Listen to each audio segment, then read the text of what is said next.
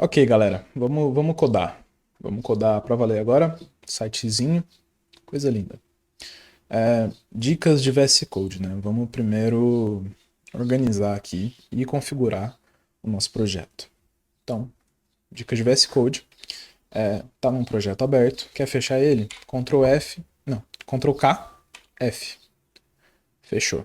Agora, Ctrl K, Ctrl O, você abre a janela para abrir uma pasta de projeto. E aqui eu vou abrir Development, curso web. E aqui eu vou criar uma pasta. Portfólio. Vou abrir. Pronto. Pasta aberta, bonitinha. O que mais? Estamos aqui no Figma. Vocês vão ter acesso a esse Figma para vocês conferirem, inspecionarem bonitinho. E aqui a gente tem duas páginas, né? O desktop e o responsivo. O que ocorre? A organização dos elementos é bem diferente, é relativamente diferente entre a versão mobile e a versão desktop. Responsividade é uma coisa que a gente não falou muito bem ainda sobre, mas se trata de seu site responder a qualquer tamanho de tela. E aí entra o responsivo, que é ajustes que a gente faz para poder ele funcionar de acordo com cada tamanho de tela. A gente vai falar melhor sobre isso mais para frente. Mas aí tem duas alternativas de modos de trabalhar com isso. Né? A gente pode fazer o nosso site desktop first ou mobile first. O que significa isso? Você pode codar primeiro seu projeto para mobile ou para desktop. É basicamente isso. Tá, mas e daí? Qual a diferença? Não vou fazer desktop primeiro, já que eu estou codando no desktop? Então, eu defendo fielmente o mobile first, porque a partir do momento que você faz um site funcionar na menor tela possível, que é a do celular, ele funciona em todos. Todo mundo vai conseguir consumir seu conteúdo em qualquer tamanho de tela. Qualquer mesmo. A grande questão é que vai ficar quebrado no desktop, né? Vai ficar feio. Mas ninguém vai deixar de consumir esse conteúdo por estar no desktop, né? Por estar feio, sabe? Vai ser possível. Assim como o HTML básico, aquele lá basicão que eu mostrei para vocês, ele já é responsivo por natureza. Se eu abrir um documento, aqui ó, eu vou abrir de novo aula 1 aqui, só para mostrar para vocês. Eu vou apertar Ctrl barra e ele vai comentar essa parte do CSS. Aí eu vou abrir o Live Server.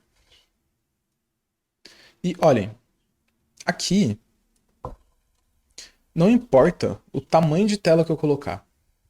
Vocês vão ver. Responsivo. Não importa. Eu consigo ler. Tá tudo funcionando, sabe? Exceto essas palavras gigantes aqui que estão quebrando. Mas tudo funciona, independente do tamanho da tela. E essa que é a base do responsivo. O HTML ele já é responsivo por natureza. Não é bonito, mas é responsivo. Quando a gente adiciona CSS, a gente deixa a gente transforma o nosso site em algo não responsivo, porque a gente está tirando algumas dessas propriedades, né, para deixar ele bonito. E aí,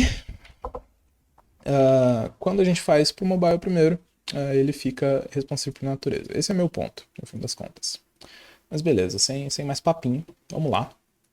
A gente vai fazer ele mobile first, então. Setup do projeto aqui. A gente vai criar. Eu gosto, geralmente, de fazer o seguinte. Eu vou ter uma pasta chamada Assets e uma pasta chamada IMG aqui dentro. E eu vou ter uma pasta chamada CSS aqui dentro também. E aí, os ícones, vocês podem colocar aqui Material Icon.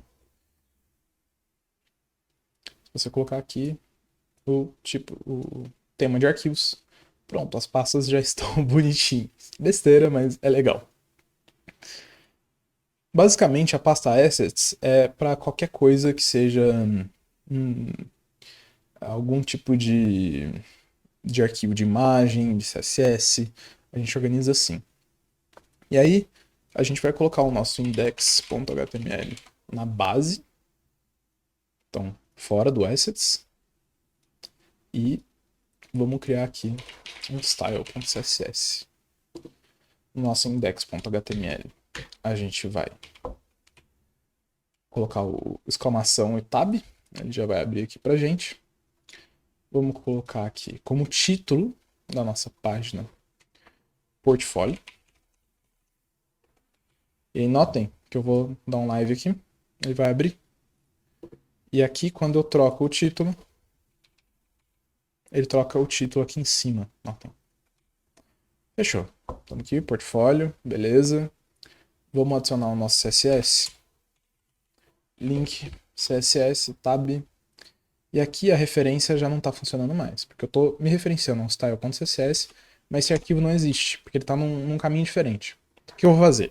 Ele está aqui, eu vou colocar ponto barra, e aí ponto barra significa o mesmo diretório onde o meu arquivo que eu estou mexendo agora tá. Então o indexando.html está na raiz do nosso projeto. E eu vou navegar assets, css, style.css. E agora ele já está pegando. Mas o que?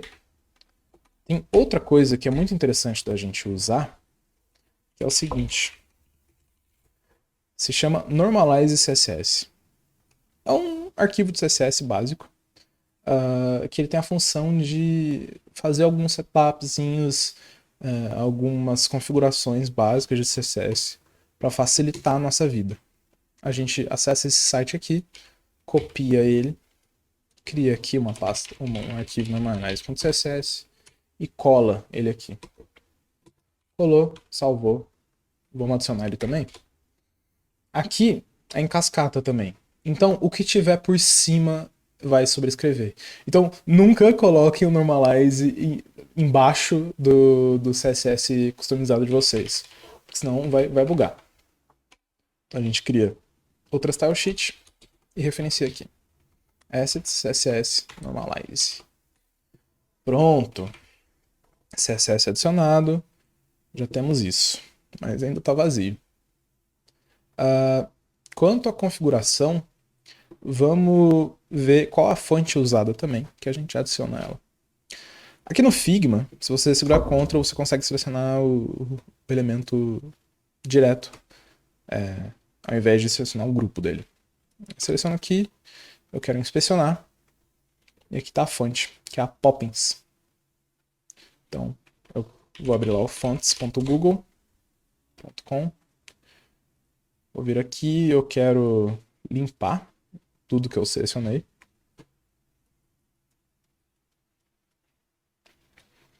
Eu vou selecionar aqui a Poppins. E aí eu vou inserir todas as versões da Poppins.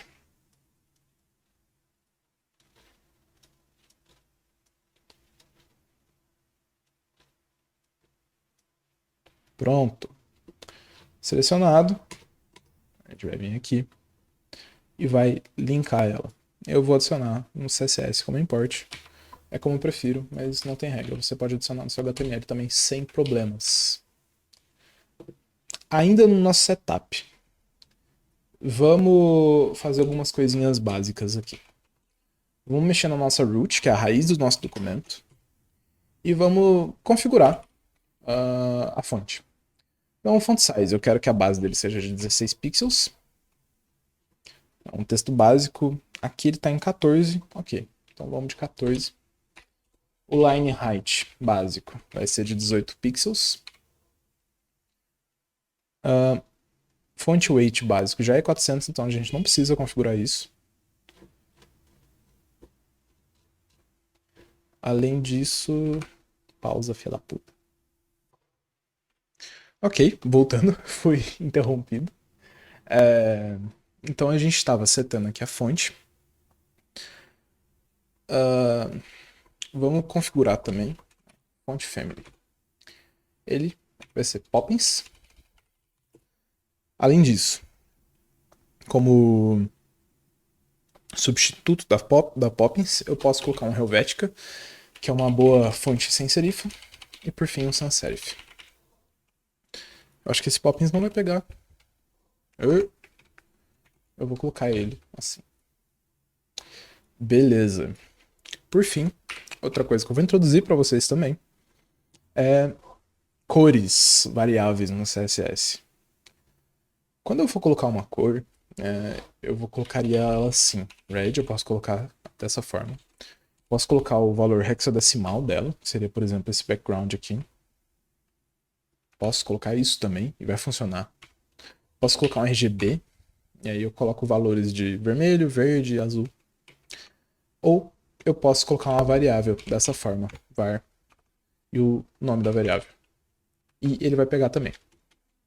Qual que é a vantagem da gente ter variáveis no nosso código? É que se eu trocar uma vez, ele vai trocar todos que usam ela. Então já é uma boa prática que eu passo para vocês.